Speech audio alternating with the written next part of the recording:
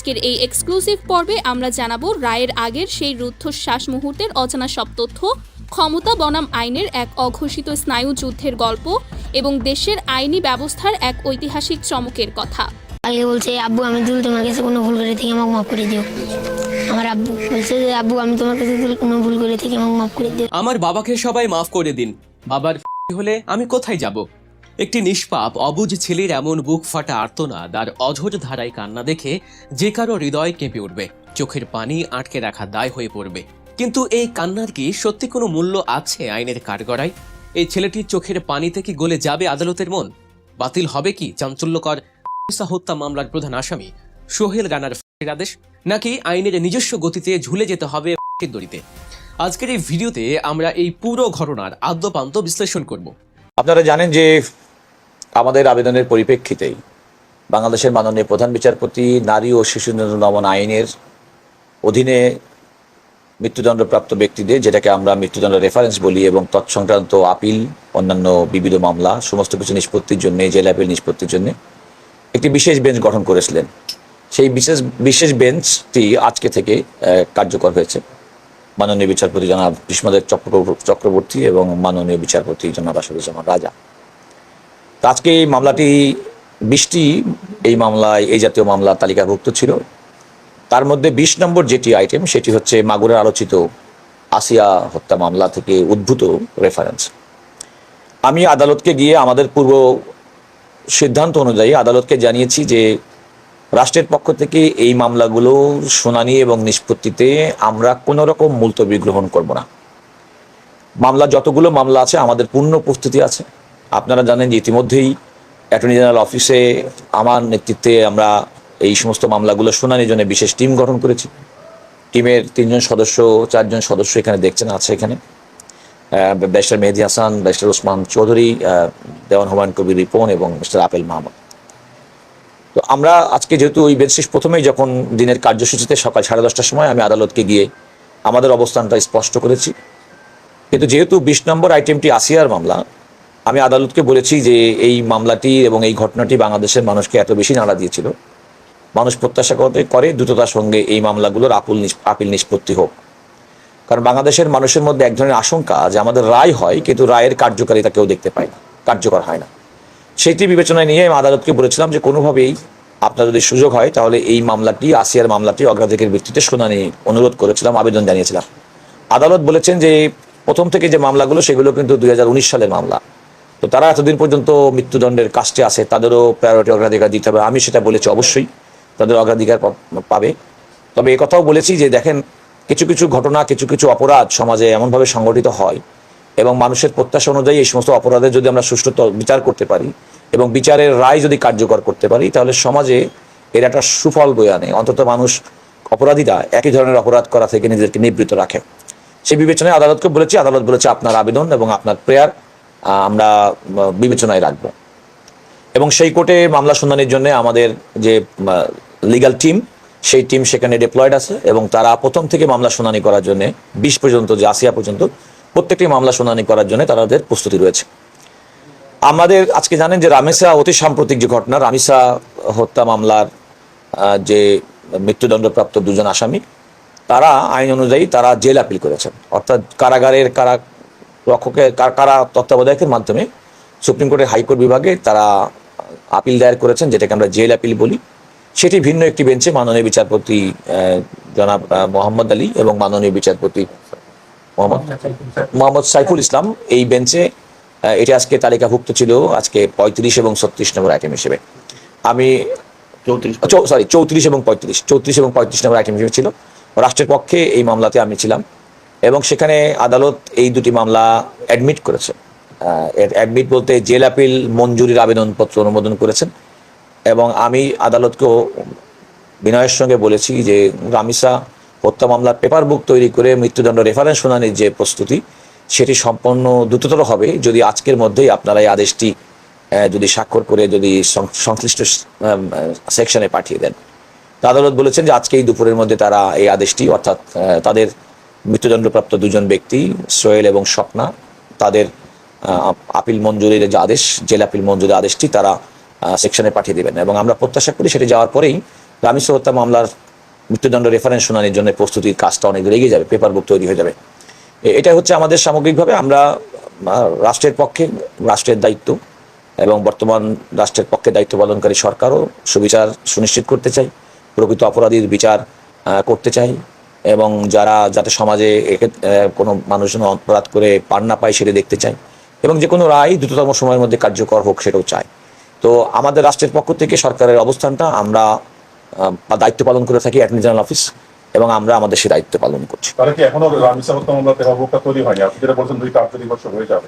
আশা করছি এই কারণে কারণ তারও তো একটা আইনগত অধিকার আছে, একজন মৃত্যুদণ্ডপ্রাপ্ত আসামি তারও তো আপিল করার অধিকার আছে, তিনি তো জেল কর্তৃপক্ষের মাধ্যমে সে আপিলটি করেছেন, সুতরাং তার আপিলটা মঞ্জুর হয়েছে এবং সেই আপিলটা মৃত্যুদণ্ডের যে রেফারেন্স তার সঙ্গে একসঙ্গে শুনানি হবে। প্রত্যাশা অনুযায়ী যে 2 কার্যদিবসের কথা বলেছেন সেটা হয়নি, পেপারবুক তৈরি হয়নি। না, সেটা হয়নি, কারণ আপনাকে এটা মনে রাখতে হবে কিন্তু মৃত্যুদণ্ডপ্রাপ্ত ব্যক্তির কিন্তু 7 দিন সময় আছে জেল আপিলটি করার। তো তারা সেই জেল আপিলটি 7 দিন পর্যন্ত তাদের তো সেই আইনি বাধ্যবাধকতার যে সময় সে সময়টুকু তাদেরকে তো দিতে হবে। জেল আপিলে ওই 2 আসামি কি লিখেছে যদি আমাদের একটু বলতেন। আসলে আমি জেল আপিলে মূল দণ্ডপ্রাপ্ত আসামি সে আপিলের গ্রাউন্ড হিসেবে বলেছে যে আমি আর্থিকভাবে অসচ্ছল, আমি অটোরিকশা গ্যারেজে মিস্ত্রির কাজ করতাম, আমি নিয়মিত ইয়াবা মাদকাসক্ত ছিলাম, আমি মাদকাসক্ত নেশাগ্রস্ত হওয়ায় কারণে পরিবারে প্রায় ঝগড়া বিবাদ লেগেই থাকতো। ইতিপূর্বে আমি কোনো অপরাধে জড়িত ছিলাম না। পত্র মামলার ভিকটিমের সাথে যে ঘটনা ঘটেছে তা মাদকাসক্ত ও নেশাগ্রস্ত অবস্থায় হয়েছে। আমার আর্থিক অভাব, পারিবারিক অশান্তি, মাদকাসক্ত ও নেশাগ্রস্ত হওয়ার কারণে ঘটনাটি সম্পূর্ণ অনিচ্ছাকৃত, অবচেতনভাবে হয়েছে। কিভাবে যে ঘটনাটি ঘটেছে আমি বুঝতে পারি নাই। আমার একটিমাত্র ছেলের পড়াশোনা খরচ ও পরিবারের ভরণ পোষণ করার মতো কেউ নাই। আমি ভুল করেছি, আমি ক্ষমা চাই।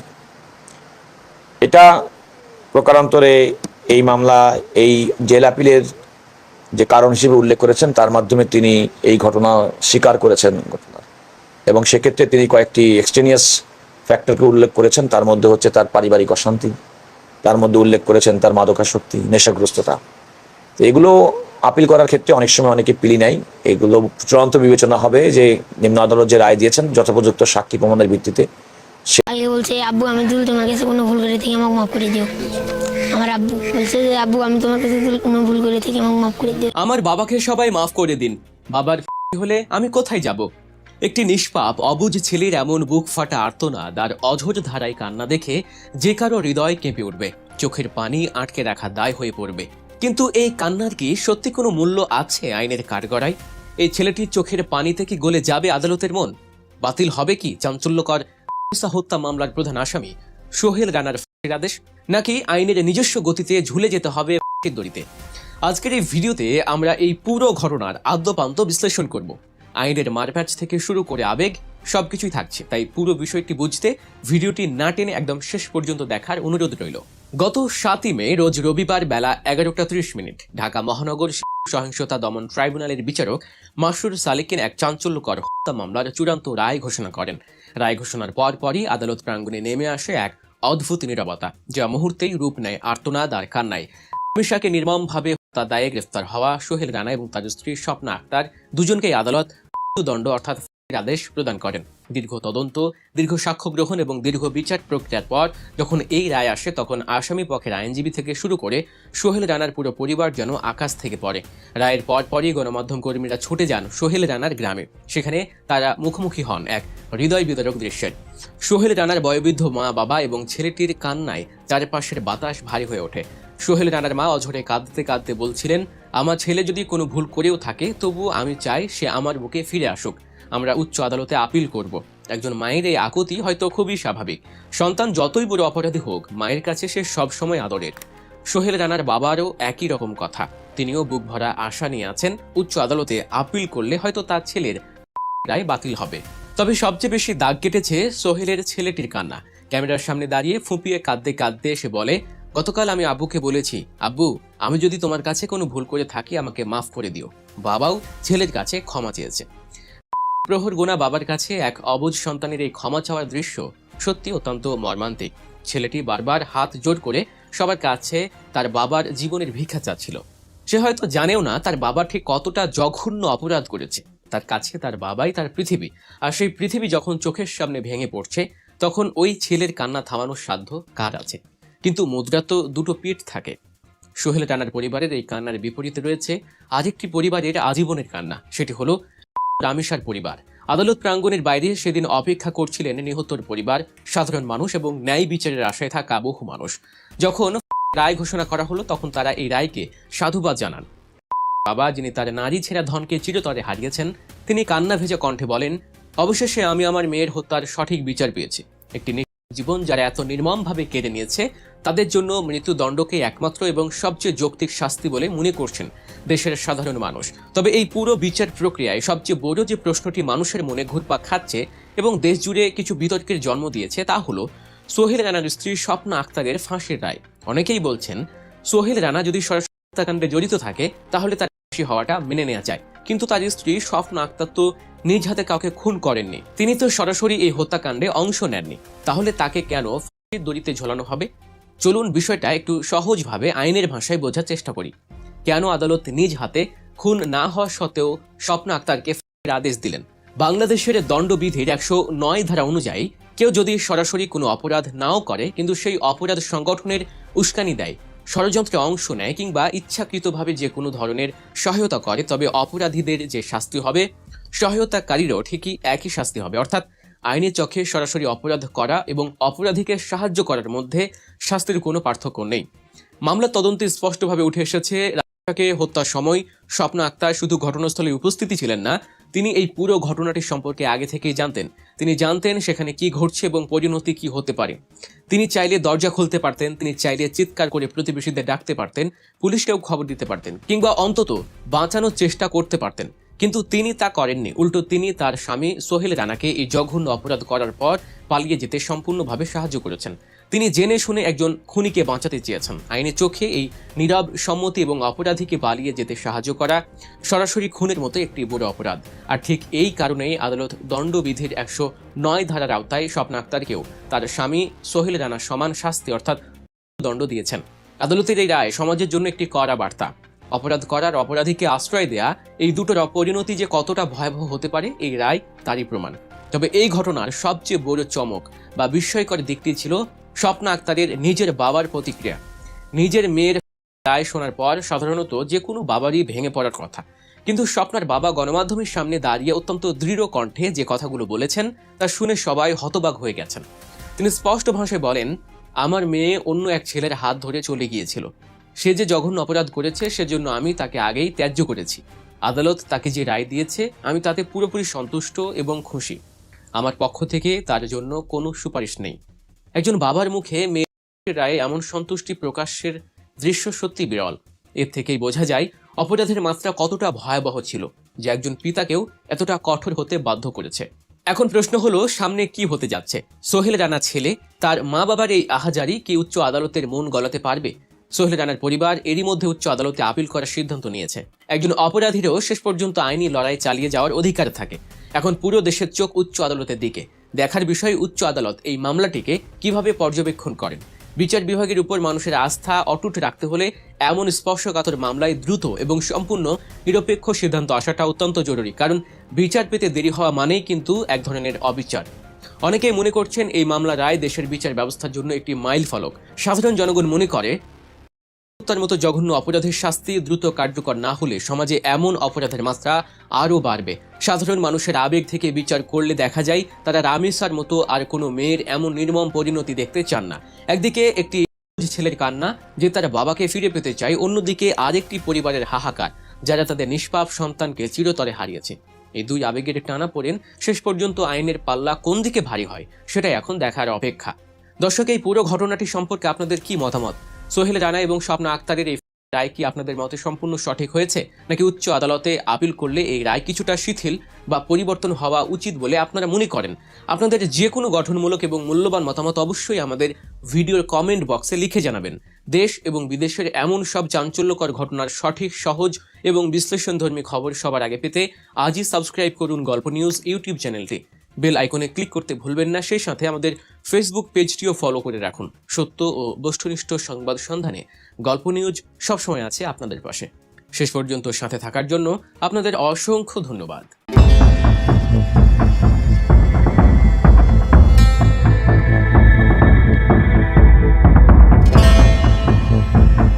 বিচারের বাণী কি আসলেই নিভৃতে কাঁদে? ক্ষমতা আর রাজনীতির দাপটের কাছে কি সবসময় সাধারণ মানুষের চোখের জলের দাম এভাবেই হারিয়ে যায়?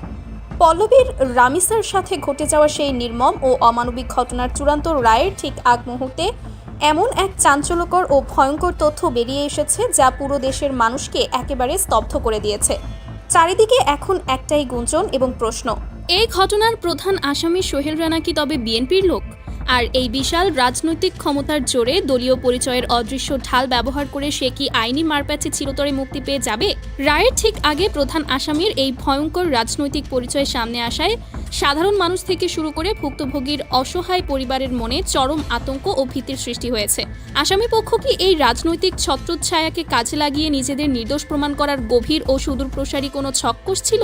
আজকের এই এক্সক্লুসিভ পর্বে আমরা জানাবো রায়ের আগের সেই রুদ্ধশ্বাস মুহূর্তের অজানা সব তথ্য, ক্ষমতা বনাম আইনের এক অঘোষিত স্নায়ু যুদ্ধের গল্প এবং দেশের আইনি ব্যবস্থার এক ঐতিহাসিক চমকের কথা। তাই নেপথ্যের আসল সত্য এবং পর্দার আড়ালের কাহিনী জানতে ভিডিওটি স্কিপ না করে একদম শেষ পর্যন্ত আমাদের সাথেই থাকুন। আপনারা সবাই জানেন পল্লবীর রামিসাকে কিভাবে চরম নির্মমতার শিকার হয়ে এই পৃথিবী থেকে চিরবিদায় নিতে হয়েছিল। এই হৃদয় বিদারক ঘটনাটি দেশের প্রতিটি বিবেকবান মানুষকে গভীরভাবে নাড়া দিয়ে যায়। অপরাধীদের দ্রুত ও দৃষ্টান্তমূলক বিচারের দাবিতে যখন পুরো দেশ সোচ্চার, বিচারিক প্রক্রিয়া যখন একদম শেষের দিকে, দেশের প্রতিটি মানুষ যখন অপরাধীর সর্বোচ্চ সাজার অপেক্ষায় প্রহর গুনছে, ঠিক তখনই ঘটে এক অবিশ্বাস্য ঘটনা। হঠাৎ করেই সামনে আসে প্রধান অভিযুক্ত সোহেল রানার এক সম্পূর্ণ নতুন ও ভয়ঙ্কর পরিচয়। চারদিকে দাবানলের মতো ছড়িয়ে পড়ে যে সাধারণ কোনো অপরাধী নয় এই সোহেল রানা। তার রয়েছে দেশের অন্যতম বৃহৎ রাজনৈতিক দল বিএনপির সাথে অত্যন্ত ঘনিষ্ঠ ও মজবুত সম্পৃক্ততা। তার রাজনৈতিক ব্যানার, পোস্টার এবং দলীয় পরিচয়ের এই ভয়ঙ্কর তথ্যটি প্রকাশ্যে আসার পর মুহূর্তেই পুরো ঘটনার মোড় যেন অন্যদিকে ঘুরে যেতে থাকে।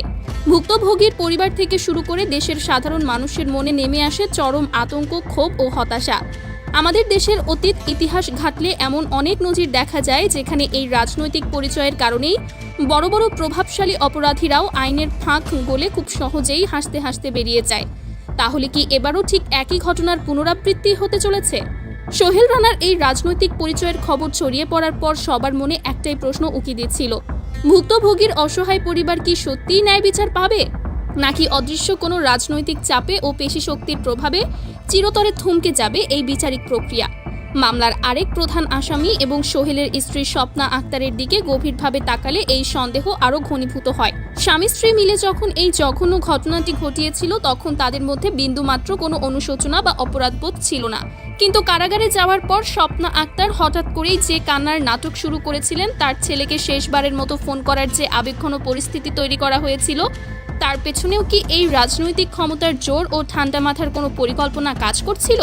তারা কি ভেবেছিল একদিকে ইমোশনাল ব্ল্যাকমেইল আর অন্যদিকে রাজনৈতিক দলের বড় নেতাদের প্রভাব খাটিয়ে তারা দেশের বিচার ব্যবস্থাকে খুব সহজেই বোকা বানাতে পারবে? এই প্রশ্নগুলো যখন দেশের প্রতিটি সচেতন নাগরিককে ভাবিয়ে তুলছিল, তখন সবার মনেই একটা ভয় কাজ করছিল যে হয়তো অপরাধীরা আইনের চোখে ধুলো দিয়ে বুক ফুলিয়ে মুক্ত বাতাসে ঘুরে বেড়াবে। ক্ষমতা আর রাজনীতির কালো থাবার কাছে হয়তো আরও একটি বিচার চিরতরে ধামাচাপা পড়ে যাবে। সোশ্যাল মিডিয়া থেকে শুরু করে চায়ের কাপের আড্ডা, সব জায়গায় তখন একটাই আলোচনা, সোহেল তো বিএনপির লোক, সে তো ক্ষমতার জোরে এমনিতেই ছাড়া পেয়ে যাবে। কিন্তু দর্শক, দিন শেষে সত্য এবং ন্যায়ের জোর যে কতটা ভয়াবহ ও অপ্রতিরোধ হতে পারে তা হয়তো সোহেল রানা এবং তার স্ত্রী বিন্দু বিসর্গও কল্পনা করতে পারেনি। সব রাজনৈতিক পরিচয়, ক্ষমতার দাপট এবং আসামি পক্ষের সমস্ত আইনি টালবাহানাকে এক লহমায় ধুলোয় মিশিয়ে দিল দেশের স্বাধীন বিচার বিভাগ। কোনো রাজনৈতিক পরিচয়ই যে আইনের ঊর্ধ্বে নয় তা প্রমাণ করে দেশের আইনি ব্যবস্থা এবার এমন এক নজির স্থাপন করেছে যা ইতিহাসের পাতায় সত্যিই স্বর্ণাক্ষরে লেখা থাকবে। আপনারা জানলে অবাক হবেন, সমস্ত জল্পনা কল্পনার অবসান ঘটিয়ে অকল্পনীয় দ্রুত গতিতে এগিয়েছে এই স্পর্শকাতর মামলাটি। কোনো রাজনৈতিক দলের নেতা, টেলিফোন কল বা ক্ষমতার দাপট এই বিচারের গতিকে এক সেকেন্ডের জন্যও থামাতে পারেনি। সেই নির্মম ঘটনার মাত্র 19 দিনের মাথায় এবং মাত্র 5 কার্য দিবসের বিচারিক প্রক্রিয়া শেষে আদালত এই চাঞ্চল্যকর মামলার চূড়ান্ত রায় ঘোষণা করেছেন।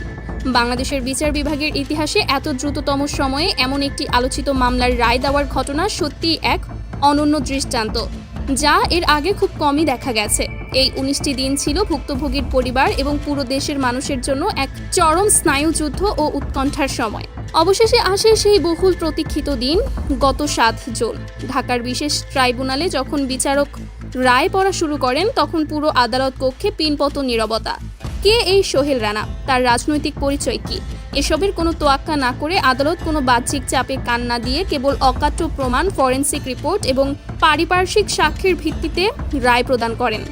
বিজ্ঞ বিচারক তার ঐতিহাসিক রায়ে প্রধান আসামি সোহেল রানা এবং অপরাধে প্রত্যক্ষভাবে সহযোগিতা করার জন্য তার স্ত্রী স্বপ্না আক্তার দুজনকেই আইনের সর্বোচ্চ সাজা প্রদান করেছেন।